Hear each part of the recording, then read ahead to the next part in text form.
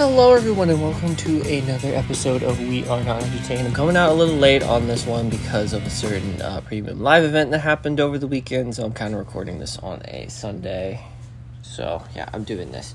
We'll start by saying this. It was reported by Triple H a couple weeks ago, actually, or a week or two ago, that let me find it real quick. That the Hell in a Cell Premium Live event is no longer going to be a thing.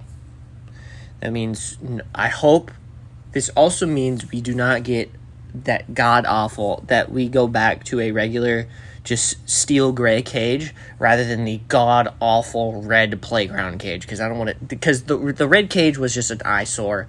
There's just something nice about a regular, good old Hell in a Cell cage, kind of like, it's so synonymous with, Mankind getting thrown off of it, getting choke slammed, all that stuff, Triple H and Undertaker one last time, end of an era. Every time I think of the stupid red one, I just think of, a certain Bray Wyatt getting shit thrown at him, getting hit with a sledgehammer, and then getting called getting called for a DQ. Which I'm pretty sure Hell in a Cell match is no disqualification. I'm gonna get mad. I do not want to rant. Tom, we're not gonna rant about this. We're not gonna rant about this. That's in the past. That's well in the past. I know it's well in the past, but we're not gonna talk about it. Okay. Sorry about that. I was talking to myself a little bit out loud. Either way, it's very nice to see that this is going to no longer be a premium live event, because what's the point of having this when you only have one or two? What's the point of having a premium live event called Hell in a Cell when you only have at least two matches that are the actual name of the stipulation of said named premium live event? It's no point. There's also another thing that he wants to scrape the Money in the Bank pay-per-view because he wants to put it back where it was on WrestleMania. Now, is this a problem where it's going to make WrestleMania longer? I mean, they've done the smart thing since 2020, since the start of COVID, when COVID started and all that. They made the smart decision to make it a 2-night event, one on Saturday, a Saturday night and the Sunday night. I think that's perfect. You can do the women's match on Saturday night, and then you can do the men's match on Sunday night, which we prefer. Or you can do it, you could do it where you would have both ladder matches on one night, but then again, it's a ladder match. It's going to be long. There's going to be spots you got to hit and all that stuff. But I like it. I like this. It gives. It doesn't have. It eases the travel schedule for WWE superstars. That way they don't have to travel as much for premium live events and all that. Plus, it gives certain wrestlers that you see on a premium live event like this a bigger, grander stage in front of more people, like it once was. Another thing I would like to see is what would replace that Money in the what would Triple H do to replace that Money in the Bank slot after? Because usually it was always traditionally when they made Money in the Bank its own separate live event. It was always, sometimes after, I believe when they started, it was always after SummerSlam, and it's always been that way. It was always after SummerSlam. It'd be nice to see what they would replace it. Probably, in my honest opinion, King of the Ring would be pretty nice. Redo that, bring that back from the ashes, and give it the respect and the rightful respect it deserves, in making it a tournament pay-per-view and all that. That would be absolutely perfect. Another one I would like to see go out of the way, is not make it a pay-per-view anymore, is Elimination Chamber. Now here's where I think it gets intricate with Elimination Chamber. You can still use that stipulation during the road to WrestleMania, but just don't make it its own pay-per-view. Instead, use it during No Way Out, and use No Way Out as the Elimination Chamber replacement. That would make that would make perfect sense. I mean, but here's another thing with Money in the Bank. Last time it was on a WrestleMania pay-per-view, I believe, was, I think, 26? I think 26 was the last time the Money in the Bank ladder match was on the WrestleMania card. I'm not 100% sure about that. I'd like to say yes. But, yeah, it'd be pretty nice to see them bring back, No Way Out, King of the Ring, Cyber Sunday. That, with how social media and all that has evolved from the first time they did all that to what it is, to what social media and all that stuff is now, I think it'd be perfect to bring it back. Granted that you have to, they would have to do it to where it'd be like, yeah, you can vote for this. Yeah, there was voting for this, but you can make it a live event, but the outcomes, like the votings and outcomes and all that, are already predetermined. Because remember, they talked, I think they talked about it in the documentary when they were going over the Ruthless Aggression era, where it was like, certain people hadn't worked with certain people, so you're kind of just calling this, like, they're calling matches in certain spots on the fly. So there was always that. I don't know, it'd be really interesting to see, but really, I'd really like to see them replace No Way Out replace the Elimination Chamber, like, put the Elimination Chamber matches in No Way Out and put No Way Out during that road to WrestleMania in March, I'd like to say, or February. So, yeah, I'd like to see that. But, on to some other things. This is going to be mostly a WWE-centric episode, because nothing of note has really happened in AEW. I mean, I get the Young Bucks and all that are back. Oh, I get, so since Jericho's the ROH champion, he had an open challenge. And the person that came back to face said champion was Colt Cabana. I saw that and I'm like, wow, CM Punk is actually not going to be with the company anymore. His run has ended. So that's pretty much that's pretty much it on the AEW side of things. MJF is just being MJF and doing the greatest fucking things possible, and that's all I can really say about it. But yeah, let's talk about the big thing that happened over the weekend, and that was another Blood Money pay-per-view in Riyadh, Saudi Arabia. I would like to say, for one note, there was some real life things that were going to put this pay-per-view or live event in jeopardy, and that was Iran was I don't like to get, real, but when real world things kind of, happen, especially when it involves the wrestling world, you kind of can't ignore it. Apparently, Iran was making threats towards the Kingdom of Saudi Arabia with imminent attacks, and that was basically causing Crown Jewel to be up in the air. But, alas, nothing did happen, but they were on high alert and all that stuff. Basically, all the wrestlers that made it out to Riyadh made it there safely. They left safely. Everything was good. So, let's talk about the actual premium live event. We start off pretty hot, actually. I mean, going into a Crown Jewel or a me and Brock like to call it a Blood Money thing, because that's basically what, the Kingdom of Saudi Arabia does, is with a lot of the bad shit they do do sports washing stuff. But, let's get this out of the way. These are basically Saudi Arabia's versions of WrestleMania, but nothing really is at stake for, you're going to have your big ticket matches, your Roman Reigns are going to be there, your Brock Lesnar's, your Bobby Lashley's, Goldberg, I cannot believe I just said that, the big ticket names that the Kingdom of Saudi Arabia wants, when Undertaker wrestled, I cannot believe I'm remembering these things, and I don't want to remember these things.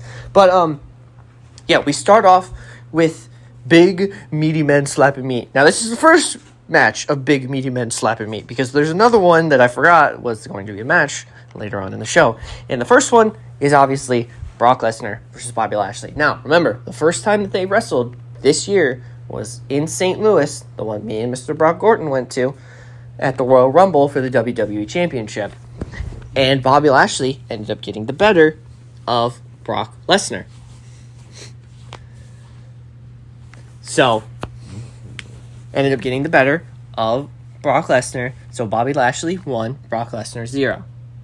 This was match number 2 of their feud, but this was for a non-title because remember, Brock Lesnar kind of, helped Seth Rollins win the United States title, all that kind of stuff. Also, I would like to say that all 3 members of the Shield are carrying championship gold around their waist, which is amazing. Roman Reigns is doing his thing, Jon Moxley's doing his thing, and Seth is doing his thing. And it's amazing, and they're both at the height, and they're both like, Jon Moxley's doing a special thing in AEW right now. Roman Reigns is just being Roman Reigns, getting handed to him everything on the silver platter while making it seem believable. So, but that's a different thing. And then Seth Rollins just being Seth Rollins. He's like, Triple H was like, do you want the U.S. title? He's like, yeah, sure, why not? And he's making the best of it. So, we start, I don't need to explain this the technicalities of the match. This was just 2 men just beating the absolute shit out of each other, and that's what it was. The finish, however, was very interesting. So the finish was this: Bobby Lashley puts Brock in a, master lock. So what happens was, Bobby's got this thing, Brock is trying to break it, but then Bobby locks it in and readjusts it, and he has this thing locked in, gets him on a knee. Brock does the smart thing and puts all of his body weight on Bobby to get the pinfall count for a 3. So Brock Lesnar won this match by pinfall. That's smart fucking wrestling right there. Look, I'm not gonna hark between these two wrestlers. They're both very talented at what they did. What they did before they entered the WWE and all that. They're just 2 absolute freaks of athleticism and two absolute freakish monsters of athleticism and just pure muscle and all that. Especially Bobby Lashley. That dude, for how old he is, that dude is fucking cut. And I mean cut. And then Brock Lesnar, what it seemed to be where it was to the point where there was a couple years where it was like, God, not this again. He's holding the title hostage, and then the guy who's going to win the Royal Rumble will take it from him, and then, all that kind of stuff. Not this time, though. I'm seeming like he's just to the point where he's like, I don't have that much left in the tank, so I'm just going to, have fun with it. And that's basically what he's done the past, year. That's basically what he's done pretty much all of 2022. And most of 2021. He's just had fun with it. Because he probably knows sooner or later he's already made an assload of money when it comes to, wrestling and all that stuff. So, there's no shortage of money for him. He has, if you listen to Pat McAfee, he's got stuff in Saskatchewan. He's got stuff in Canada, all that stuff. He's got a farm, all that stuff, and he's got family. So, it wouldn't be surprising if in a couple years he retires. He's always been a part-timer ever since he came back to beat the shit out of John Cena. But, it wouldn't be surprising if he becomes, a part-timer. Where, if he needs to be there for, a big ticket, a big ticket match, at, say, a WrestleMania or a Royal Rumble or a a Royal Rumble, a SummerSlam, a WrestleMania, maybe a Survivor Series.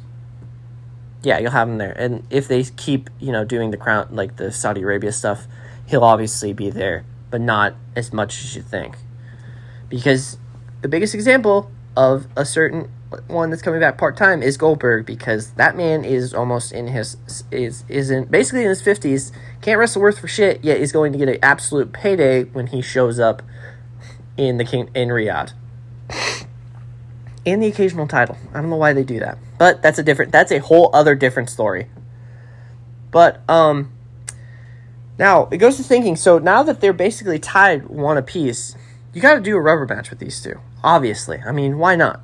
The question is, what kind of stipulation would you do it? Now, you can do this many ways. You can make this a last stand. You can do this 4 ways, easily. You can make this a last man standing match. You could make this a fight pit match, like how Seth Rollins and Matt Riddle did at Extreme Rules. You can do it that way. You can make it a 60-minute You can make it an Iron Man match, or you can do the most logical one that I most recently have just talked about during this podcast at the start. You can make this a Hell in a Cell match. Because why I say Hell in a Cell match is because Triple H knows the true essence of a Hell in a Cell match. Once a feud gets to it, here's the thing, here's why I love a Hell in a Cell match, and why I loved it when it was used during the Attitude Era and sparingly during the Ruthless Aggression Era, is because the Hell in a Cell match at its core is a match stipulation that is used to end feuds, and that's it. There's no extended continuation of said feud between two wrestlers. That's it. That's it. Once it hits a Hell in a Cell match or a steel cage match or something of stature of a Hell in a Cell match, the feud is done. There's no more story to tell between these two wrestlers at all. The perfect example, I think, of a feud that deserved a Hell in a Cell match is Tommaso Ciampa and Johnny Gargano in NXT. That feud, looking back at what the feud did, Tommaso Ciampa turning on Johnny Gargano, basically breaking up DIY, Tommaso Ciampa becoming the biggest heel and one of the biggest bad guys in all wrestling during that time. That's a kind of feud that is worthy of a Hell in a Cell match. And once that hits the Hell in a Cell match, that's it. Another good example I can think of, even though it wasn't a Hell in a Cell match, it was the Johnny Gargano Adam Cole at TakeOver, I believe it was 2018, when it was the best 2 of 3 fall. It was a 2 of 3 falls match where each person would choose a stipulation, or the first fall, it was Johnny Gargano's pick to be a certain match. Then it was Adam Cole's turn to be a certain match. And then William Regal chose the final pinfall if it was tied. Where it was a traditional wrestling match, and then I believe it was a street fight, and then it was, a extreme steel cage with weapons and all that, tables, all that kind of stuff. That's another feud I think that was deserving of a Hell in a Cell match. There are certain other ones that are great examples and all that. For the women's, obviously the best example of a women's feud that deserved Hell in a Cell was obviously Charlotte Flair and Sasha Banks being the first women to wrestle in a Hell in a Cell ever. That feud was very deserving of the Hell in a Cell stipulation. But I feel like for these two, the Hell in a Cell match is rightfully deserving of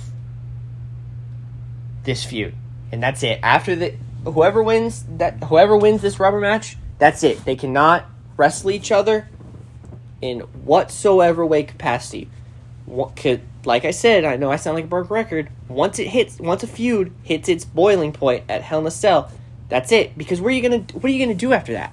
What exactly storyline wise are you gonna do after you just topped it off with a captivating, cultivating, all that kind of stuff, all the words I can describe what a Hell in a Cell match is. Violent, brutal, all that. How can you catch up after that? Like, how do you do that? Like, there's nothing to do after that.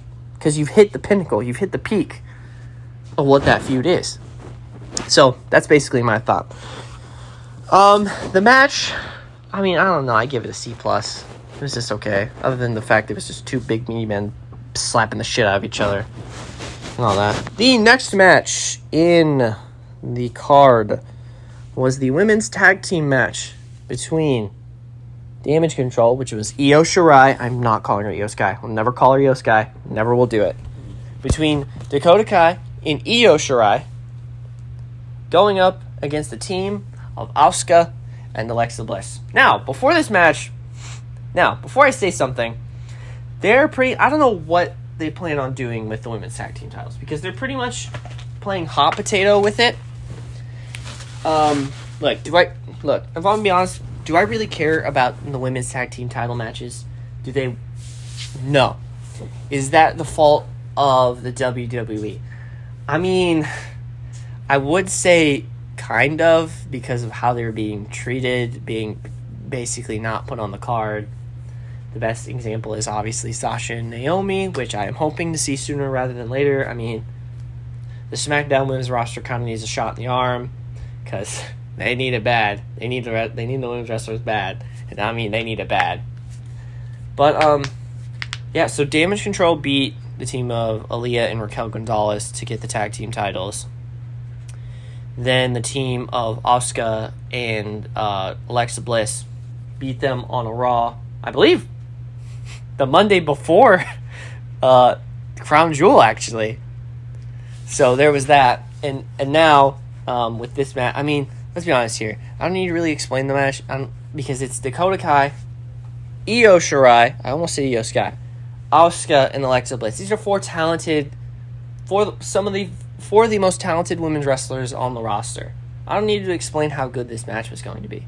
It's just good back and forth action, especially with Io Shirai doing her offense, Dakota Kai being Dakota Kai, Alexa Bliss being Alexa Bliss. Although I should say before the match, there was a little thing with a certain person, and that certain person was Bray Wyatt, and basically him showing the upside down moth and all the stuff, which pretty much hints at, is she going back to the Alexa of old, or the I forgot I have my echo mute. I should have muted my echo when I keep saying Alexa.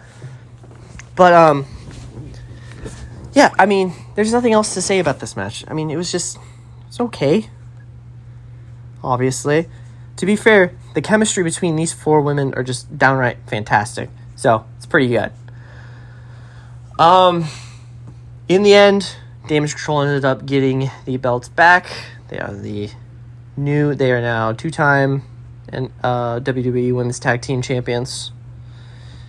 So, I mean, I thought it was okay. I'd give this match a B+ easily. Just because the chemistry of these four have. It's the only thing I have, because it's good chain tag team wrestling with some stuff that's going to happen on the outside. The next match was Drew McIntyre versus Karrion Kross inside a steel cage. Now, if anything showed during Extreme Rules, this is pretty much the same thing that happened, although this time I believe Scarlett was on the outside, so she couldn't really interfere and pepper spray the entire ring. So, there was that. Look, I gotta say, these two work really well together. Oh, also forgot, Nikki Cross is just showing up randomly, making me wonder, is she part of the Wyatt Six? I hope she is, because that would be hella interesting. But, yeah, so back to the McIntyre-Cross match. Look, if you watch the Extreme Rules match with the strap match, the match at Extreme Rules with the strap match, it's just the same thing. They're just beating the shit out of each other. You know, Future Shock DDTs, you know, all that kind of stuff. Of course, Scarlett was cage side, so if McIntyre tried to go in, Scarlett would interfere, obviously. Then again, this is pretty much a no disqualification, no DQ match. Anything can really go. You just have to, you know, climb the cage or win via pinfall or submission. I forget that. I think that's how a steel cage works. I don't know. It's been a while since I've seen a steel cage match. I would also like to note that, you know, this was, I did work Friday night, and I was very tired, so I was going in and out. I was kind of fading in and out, being awake and asleep, and I kind of fell asleep during bits and pieces of this match. But, you know, I thought this match was good. You know, McIntyre pretty much outsmarted Karrion Kross to get the win via cage escape. I thought it was okay. I'd give it, another B. This was, overall, as much as I hate to say it, this was somewhat of a pretty solid pay-per-view. Just solid. It wasn't it wasn't great or anything. It was just, you know, solid. Let's see. The next match was the OC. Yes, the OC. I forgot to mention. Machine Gun, Carl Anderson, and Big Doc Gallows are back. So, here's the interesting thing with Carl Anderson when he came back to WWE. At the time, he was the never openweight champion for New Japan Pro Wrestling. And unironically, New Japan had something that was running an event. I forget what it was called. But they had an event where he was obligated, since he was a champion, he had to be there. But since he went to Rehab, New Japan basically stripped him of the title. I forget who he was going to face in said match, but, he doesn't show up for the New Japan thing. I don't understand why he was... You pretty much tell New Japan, be like, hey, I'm going to go to WWE and all that. I should probably tell my person that I'm working for that I'm leaving for this company while I still have their belt. The most logical thing would be like, hey, I'm leaving. Here's my belt. I'm vacating. Here's the title. I'm vacating it. I'm going to WWE for a bit. See y'all later. No, that's not what happened. He kept the belt, so they had to basically strip it from him and make it literally open. It was literally an open weight championship. So there was that. It's a 6-man tag match. It's going to be chaos, obviously. There's no ifs, ands, or buts about this match. This was basically chaos incarnate because it's 6 men plus Rhea Ripley was there. So, yeah. I mean, hey, it's AJ Styles, Carl Anderson, and Finn Balor. Remember, they all kind of somewhat worked. Carl Anderson and Finn Balor did have some stints where they wrestled each other in New Japan. And then AJ came on the scene after Finn left, actually. So there was that. But, come on. Those three work very well together, obviously. So, I'm going to be honest with you, I fell asleep during this match. I was just dead passed out during this match. So I did not watch this one now. I did watch the end where, the heels did heel things and got the win. So, there's that. Because of Rhea Ripley. So, that was the sole reason why they won this match, by heel tactics. So, I don't know. I'd give this match like a C+. Because I'm really giving it that grade because, I fell asleep during it. The next match was the other big meaty men slapping meat. I wish I stayed asleep for this match because, good God, this match was so boring. It's just 2 giant tall men. It's Omos. He doesn't know how to wrestle. He's still the Jolly Green Giant. He still can't really wrestle. And then Braun Strowman. It's just Braun Strowman. So, Strowman wins. D+. There's nothing to talk about during this match. It was just that I thought it was that boring. That's what I thought. It's really what I thought. I also forgot to mention, I forget during what time. I forget when Bray Wyatt shows up. But Bray Wyatt was there. And, the previous Friday when it was taped, or the Friday before that, we saw a certain persona or a certain character that talks about the Fiend being like, this is all your fault. You should just not be lying to the people. And this person I'm talking about is Uncle Howdy. The question is, who is Uncle Howdy? Now, listening back on the Uncle Howdy stuff, it sounds like Bray. I cannot explain, but it sounds like Bray Wyatt. Because it sounds like how he was in his Eater of Worlds voice. That's basically how he sounds. Now, would it be surprising if it's Bo Dallas? Yes, absolutely. Would I be complaining if it's Bo Dallas? No, not really. But for, true and true, without a doubt, I just think it's Bray in another persona. With Bray now, recently, and I thought about this, with how he's had, Husky Harris, the Eater of Worlds, like the Eater of Worlds, Bray Wyatt, Swamp Bray Wyatt, when he first did the Swamp, like the Bayou cult leader and all that, and then, the Eater of Worlds, and then the Fiend and all that, and now you just have regular Bray Wyatt. Technically. For now, you have Bray Wyatt just being himself, but you have Uncle Howdy, which is probably the person that's pulling his strings as the puppet master. It's also going to note that it's going to be interesting to see who the the Firefly Funhouse characters will be. And now, here comes a shameless plug.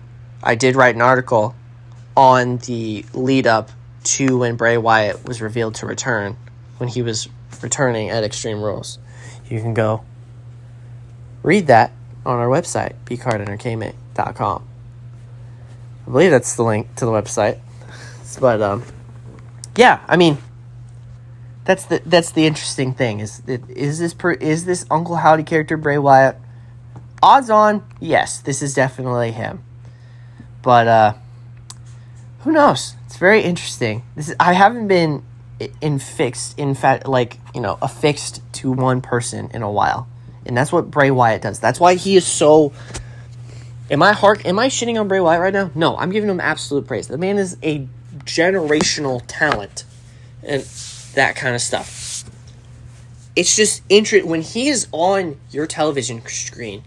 You can't help but be affixed. You can't help but be enamored to listen to every single syllable that he says out of his mouth. You just are just watching him. You're just hypnotized because of the way he talks. He talks slow. He talks calm. And he talks, very friendly like. Kind of like the way I'm talking right now. And he speaks quiet, too, which is a good thing for someone who can cut promos like that, because, he beckons that you listen to what I say, because I have something to say. And that's what makes Bray Wyatt such a great person on the mic, as well as a great wrestler. I mean, look at his family. His dad was IRS, and his uncle was Barry Windham. Doesn't get more, doesn't get better than that when your uncle is literally one of the foundations of the Four Horsemen, and then your dad is IRS for the $1 Million Man. So it's very interesting to see when we see this. We've only seen this Uncle Howdy character twice in vignettes, and we're still getting QR codes, by the way, which not this most recent one, but the one before that, it's just a picture of Bray Wyatt with X'd out eyes, and it just says liar all over the thing. It says liar, liar, liar, liar, liar. That's basically what one of the promos was for Uncle Howdy. And it was just being like, why are you lying to these people? Show them the true you. So, I don't know. I'm very intrigued to see where this leads. Very intrigued to see where this is leading. Because when he first came back, it was like, what are we gonna do? What is he gonna do? What version of Wyatt are we seeing? Although with how he is, I feel like this is like major. I forget who it is, but it was the guy that played young Charles Xavier in the X-Men movies, like in Apocalypse and Days of Future Past and First Class. With the movie was called Split, where he has like split personalities and all that. Where it's like one person, but different people, different personas. That's kind of the vibe I'm getting right now with Bray Wyatt.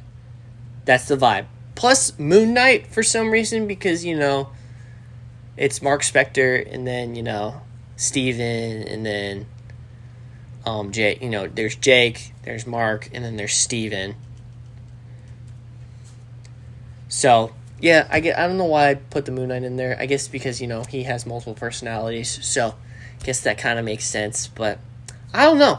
It's very interesting to see where it goes. So the next thing on the docket is, I believe, the Undisputed Tag Team titles. I don't need to explain what happened.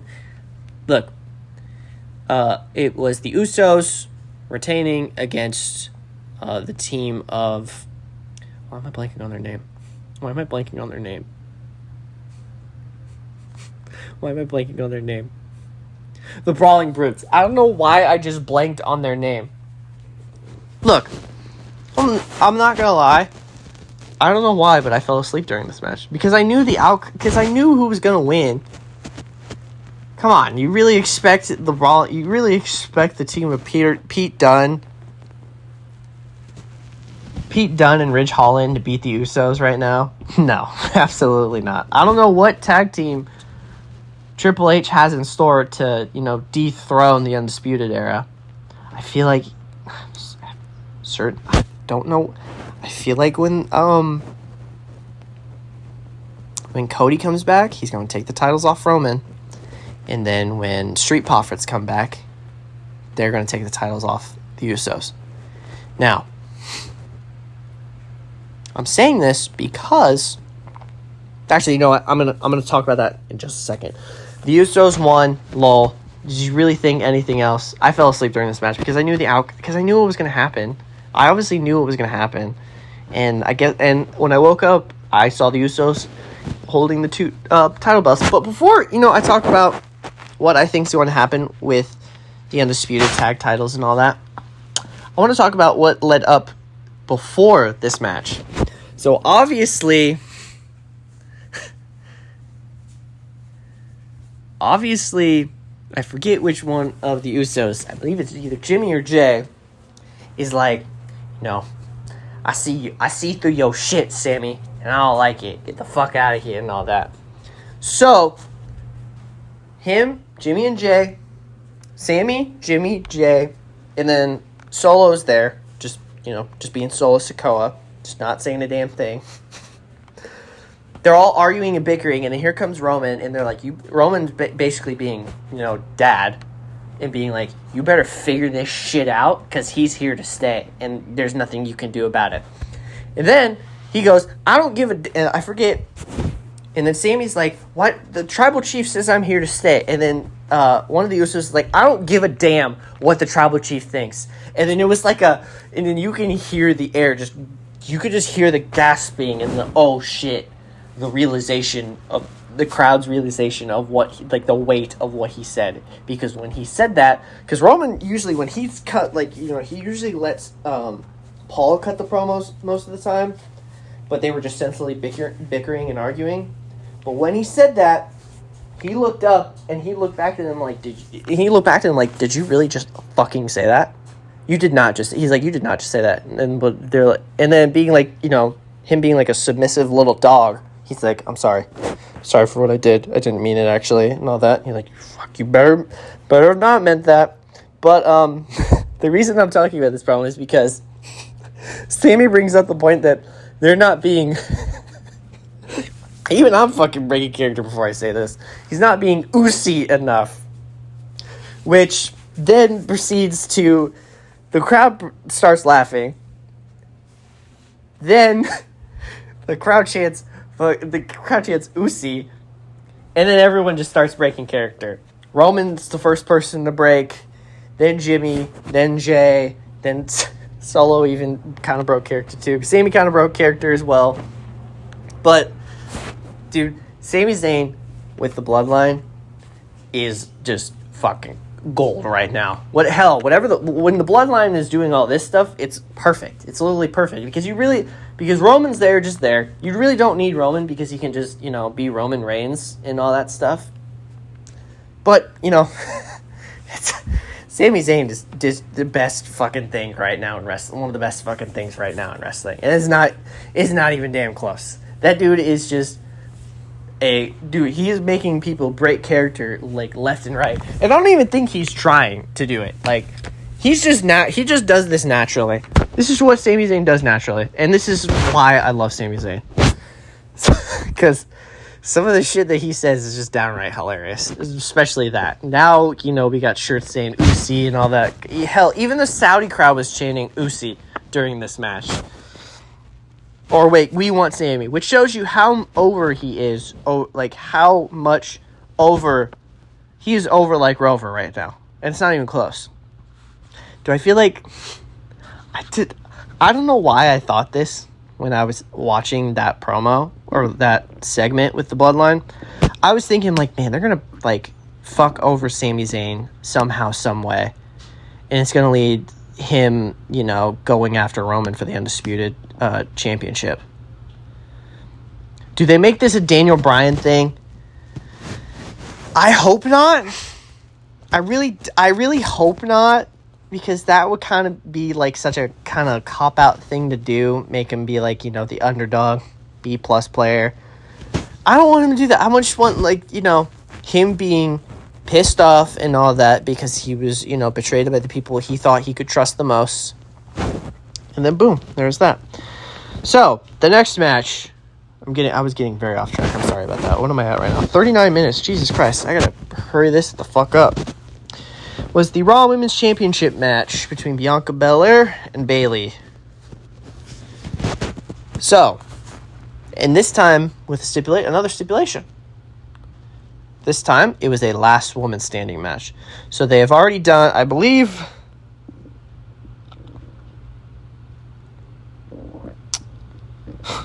they've done already... so they've already done the ladder match. I believe they did a Hell in a Cell match, if I'm not mistaken. I'm pretty sure they did. So they've hit the trifecta of, stipulation matches. I believe they've already done Hell in a Cell. I think that was when they went on SmackDown. They just recently did a ladder match for Extreme Rules. And now this is probably the tipping point where it's now a last women standing match. Because Bianca Belair has gotten the best of Bayley twice. Spoiler alert, Bianca Belair wins. So there's that. But I want to talk what happens during the match. Because, it's pretty much the last women standing match where, kendo sticks, chair shots, table shots, Bayley wanting to beat the shit out of Michael Cole as per usual, which is never which is kind of a funny thing to think of. But, seriously, Bayley will always forever, for some reason, hate Michael Cole. Ever since the COVID stuff started, she always had this disdain and all that for Michael Cole. But, the funniest thing that happened during this match was Bayley is on top of a golf cart, and Bianca Belair is driving said golf cart down the ramp, and that was the funniest shit I have ever seen in my life. That was downright hilarious. It's just a no DQ match. You can go outside the ring and all that. Chair shots, kendo sticks, tables, the use of ring equipment, a golf cart, someone threatening to beat the shit out of someone else, a wrestler threatening to beat the shit out of a commentator, that kind of stuff. Did this match disappoint? No. These are two women at the top of their game right now, and they're just really fucking good wrestlers. And they have insanely great chemistry. Insanely great. It is amazing how good of chemistry these two women have. And it showed in this match, and it showed with their match at Extreme Rules in the ladder match. It really showed. I give this match an A. Because it was in my opinion, I thought it was match of the night because it was that damn good. The next match and the final match was the undisputed WWE Universal Championship. God, I'm rewatching Crown Jewel, and they just had the most sus shot of Drew McIntyre doing fucking spread eagle. And I mean spread damn eagle. That was so sus. Either way, I'm getting off track. So it's the undisputed WWE Universal Championship between Roman Reigns and Logan Paul. I still cannot believe this was a thing. And to be fair, I hate to say this, but this match was actually really good. We always shit. I like how people will continuously to shit on Logan Paul for how he was I like to call it the Forrest incident, pre-Forrest incident, and what he was during that time. But now, as I have matured, I realized, he is, pretty much honored up to that mistake and said, hey, I kind of fucked up. I know I did. I hope I can make it better. But I just, when he started Impulsive, it's pretty much why he started the podcast, is because he wanted to be reined in and all that stuff, where he wouldn't be, acting like a 5-year-old child high on a bag of fucking Skittles. So, I've gone to learn to respect Logan. Is there still disdain because of the Forrest incident? Yes, it's a little, but it's not there. The disdain is for his brother now, because I cannot fucking stand his brother. His brother is a piece of shit, and he's the worst. He's the worst. Leave it to the older brother to be the mature one, right? Always leave it to be the older brother to be the mature one. I mean, I loved his interview he had with Roman, which basically led up to this. Logan recently did one with Shawn Michaels. He did one with Shaq, where that interview was actually amazing. And then he did one with Gabriel Iglesias. Either way, I'm getting off track. Guys, we gotta say it. Logan Paul is like a really fucking good wrestler. Like, he's just good. He's just that athletic. He's just really athletic to be that. Like, I get it because, it's because of athleticism and all that. He used to box, all that kind of stuff. But, I mean, he's just a good wrestler. And it's shown he's a good wrestler. Case in point, the most recent WrestleMania, where he did the most perfect 3 fucking amigos and a frog splash like it was no one's business. And then the most recent one with The Miz, where he did a top rope frog splash on the announce table, which was perfect. And then he did another 3 amigos. He's just a really good wrestler. That's what I'm trying to say. As much as I hate saying that, he's just a really good wrestler. He is. That's what you get when you're trained by Shawn Michaels. Yes, I'm saying that. Yes, I just said that he is being trained by Shawn Michaels. So that's why he is very talented in the ring with his athleticism. So there's one point where he does the most perfect buckshot lariat I have seen. And of course, when the gif of when that was happening, when I saw that, I'm like, wow, CM Punk is fucking punching. I literally said out loud, damn, CM Punk is punching the fucking air right now. And I mean punched in the air right now. Because remember, when he did try to do it at Double or Nothing, he kind of, went over the rope, fucking buckled his knees, and then just jumped at Adam Page. And that's what I literally, when he did that buckshot lariat, I'm like, take notes, Phil. But, this match was actually really good. This match was decent. I get Roman can always adapt to what he's given, and, he probably saw this and was like, yeah, it could probably work. We can make this work. And it did. It actually kind of worked. This match was somewhat decent. Of course, Reigns was being Reigns, and, basically saying I'm better than you, all that kind of stuff. You can't deal with me. I'm on my God mode, all that stuff. Pretty much a typical Roman Reigns match during, when he, a regular tribal chief match, I'll call it. I'm going to start calling it a tribal chief match. It's basically what these are.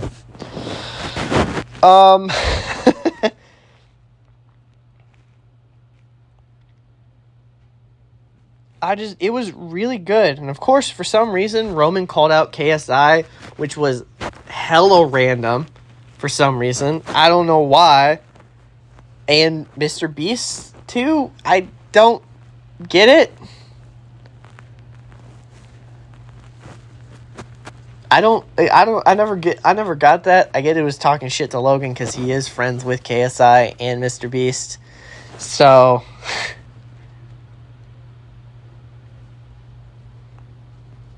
I mean, it was just really good. I mean, let's talk about the one big spot that everyone talks about. And it's Logan Paul literally having a phone and he's recording during said match about ready to frog splash Roman Reigns through a table. And that was of course, did we think Logan was going to win? No, obviously not. This is literally the John Cena. Roman is his John Cena era and basically saying Roman wins. Lol. So, yeah, Roman Reigns wins. I give this match a solid B+. But, they're going to keep. Now, I want to talk about what the deal is with Roman having both titles. And I've pretty much said this before, and I've stated this before on the record on how they should do this, but I'm going to bring it up again. Here's what they need to do. Roman has obviously been the longest reigning Universal Champion in WWE history and all that. He's one of the longer reigning champions in just WWE history. He's up there with the names I've pretty much said before, Bruno Sammartino, Hulk Hogan, and all that kind of stuff. Since WrestleMania is going to be in Hollywood next year, it makes total sense that he is going to wrestle The Rock, whether or not The Rock has been specifically saying, I'm not wrestling Roman. Even though I think of in an interview with Entertainment News, the person interviewing asked him, like, are you the tribal chief? He's like, hell yeah, I'm the tribal chief. So there's going to be a clash there. That match alone between Rock and Roman does not need to be for the titles. That match is going to be big enough as is. That match is going to probably would more than likely main event one of the nights of WrestleMania. More than likely the Sunday night of WrestleMania. Where, I mean, yeah, you can have it for the Universal title, but you don't need the WWE Championship in there. Because, I get it, Roman's getting old. Like, he's not the spry youth that he was forced down our throats. He's getting up there in his 40s, I think. Let me make sure how old he is. Roman Reigns. Yeah, Roman's 37. He's not getting any younger. Plus, I believe he's still, that reworked deal that he had where he has less of a very lighter schedule. It makes total sense to make that just for the Universal title. You know, at Survivor Series, you can have him, you know, go up against, I don't know, a Seth Rollins or a Bobby Lashley or something like that. And just, you can make that storyline to the point where it's like, yeah, I don't need the WWE Championship anymore because I have the blue belt and that's the only belt that matters. He could spin it like a heel, like spin it that way. And that would make perfect sense. Like, he doesn't need two belts to already know I'm the tribal chief. I'm the undisputed Universal Champion. I don't need this stupid WWE belt. Or you can do it to the point where you can make it an open tournament.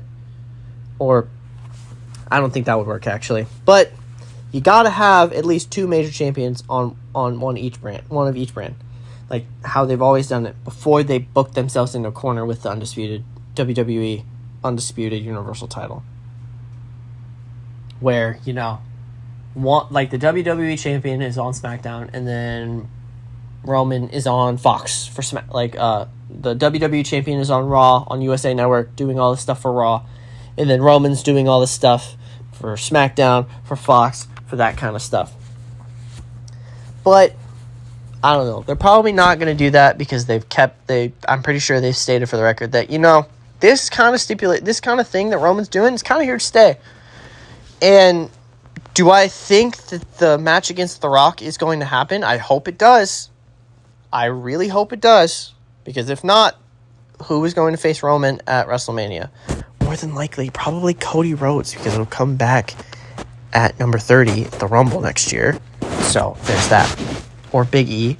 Big E will probably return by the Rumble. I'm just fantasy booking now.